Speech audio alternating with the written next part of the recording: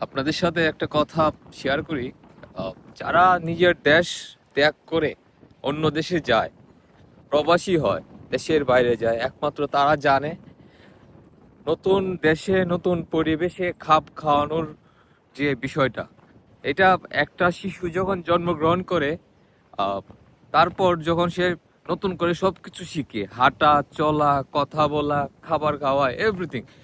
So দেশের বাইরে যখন একটা মানুষ যায়, তাকেও সেম ভাবে একটা শিশুর মতো সব কিছু শিখতে হয়, বুঝতে হয়, কম্প্রোমাইজ করতে হয়। নতুন করে সব কিছু কম্প্রোমাইজ করতে হয়। দেখেন আজকে আমি বের হইছি।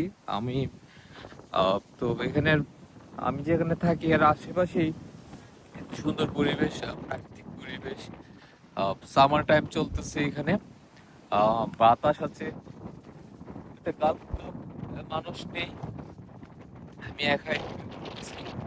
তো আমার চ্যানেলে দেবো, আমার আত্মীয় স্বজন, বন্ধু বান্ধব যারা আছে সবাই দেখবে। পরিবেশটা অসাধারণ, আউটস্ট্যান্ডিং।